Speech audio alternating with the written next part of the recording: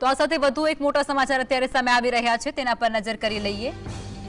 Air ઇન્ડિયાની AI 188 Toronto દિલ્હીની ફ્લાઇટની અંદર મુસાફરોને કડવો અનુભવ થયો છે, જેની અંદર શેડ્યુલથી ફ્લાઇટમાં 6 કલાક મોડું બોર્ડિંગ કરવામાં આવ્યું હોવાની માહિતી સામે આવી રહી છે। મુસાફરોને અગવડ પડી હતી। ફ્લાઇટની અંદર બેસ્યા બાદ ટેકનિકલ ખામીને કારણે ફ્લાઇટની ઉડાન થોડી મોડી કરવામાં આવી હતી। લગભગ 6 કલાક જેટલી ઉડાન મોડી થઈ હતી। 8 કલાકથી વધુ સમય લાગતા મુસાફરો ખૂબ જ રોષે ભરાયા હતા અને તેમના દ્વારા આક્રોશ પણ પોતાનો વ્યક્ત કરવામાં આવ્યો। વિમાનની અંદર ટેકનિકલ ખામી હોવાનું જણાઈ આવતાની સાથે જ ફ્લાઇટને રદ કરવામાં આવી છે તેવું મુસાફરો દ્વારા પણ કહેવાઈ રહ્યું છે।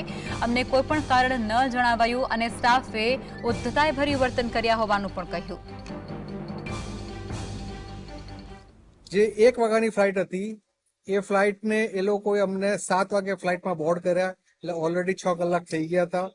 ત્યાર પછી જ્યારે ફ્લાઇટ ગેટ ઉપરથી ડિપાર્ચર માટે જ્યારે રિલીવ થઈ, જેવી ગેટની બહાર નીકળી અને ફ્લાઇટને પોણો કલાક એમણે ઊભી રાખી। અમને કોઈ કારણ આપવામાં ન આવ્યું। રાઉન્ડ મારીને પાછી ગેટ ઉપર લાવીને પાર્ક કરી દીધી। એમ અમારા લગભગ 1.5 કલાક એમાં નીકળી ગયો। ત્યાર પછી અમે બધાએ ઊભા થઈને કારણ જાણવાનો પ્રયત્ન કર્યો તો કે કઈ ટેકનિકલ ફોલ્ટ છે, એટલે ફ્લાઇટને અમે અત્યારે અહીંયા કેબિન ક્રૂને પણ આ વસ્તુ ખબર નહોતી કે ભાઈ શું પ્રોબ્લેમ ચાલે છે, અને જે કેપ્ટન હતા એ પણ કોઈ એનાઉન્સમેન્ટ કરતા નહોતા। અને ફ્લાઇટના જે અહીંના કેનેડાના જે ટોરન્ટો એરપોર્ટ પરના એર ઇન્ડિયાના જે ફ્લાઇટ મેનેજર હતા એ ભાઈ અમારી સાથે દાદાગીરી કરતા હતા। અમે કીધું કે અમે 15 ગુજરાતી લોકો ફ્લાઇટમાં હતા, એટલે અમે નક્કી કર્યું કે we don't want to fly by this aircraft, તો either you deplane us or refund us. તો એણે અમને રિફંડ આપવાની પણ ના પાડી।